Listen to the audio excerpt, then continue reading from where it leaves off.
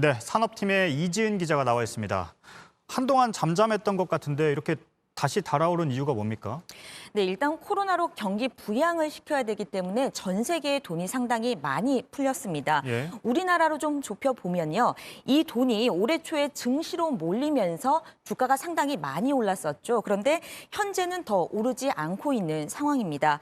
이렇게 되니까 주식에 있던 자금을 빼서 가상화폐를 사는 투자자들이 늘면서 이게 돈이 움직인 겁니다. 이른바 머니 무브가 생긴 겁니다.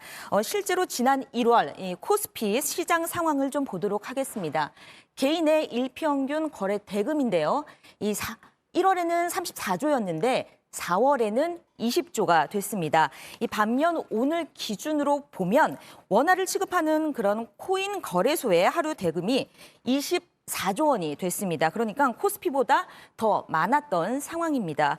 여기에 가상화폐 가격이 상승하는 그런 흐름에서 이 나만 소외될 수 없다 이런 심리로 뒤늦게 뛰어든 포모족까지 생겨났습니다. 예.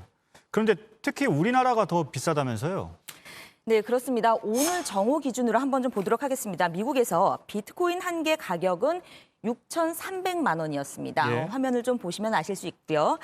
반면 한국의 한 거래소에서 오가는 것은 7,500만 원이었습니다.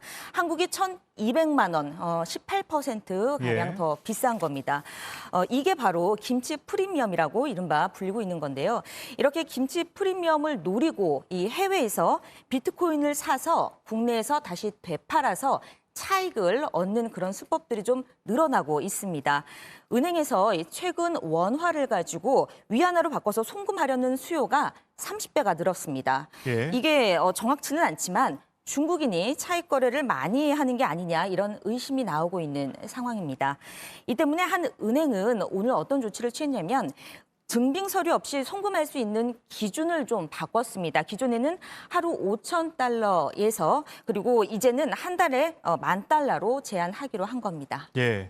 내년부터 세금을 매기니까 그전에 좀 사고 팔아서 이익을 내자 이런 심리도 있는 것 같은데 어떻습니까? 네, 그렇습니다. 내년부터 이 비트코인 같은 가상화폐를 사고 팔아서 이 수익이 나면은 거기에 22%의 기타 소득세를 내야 합니다. 세금을 내게 되면은 이 가상화폐의 시장이 위축될 것이라고 보고 그 전에 샀다가 팔려는 그런 투자자도 있는 상황입니다. 이들에게는 이 3년 전에 가상화폐 광풍 때 이 정부의 강력한 규제로 이 또 비트코인 값이 반토막난 기억이 있습니다.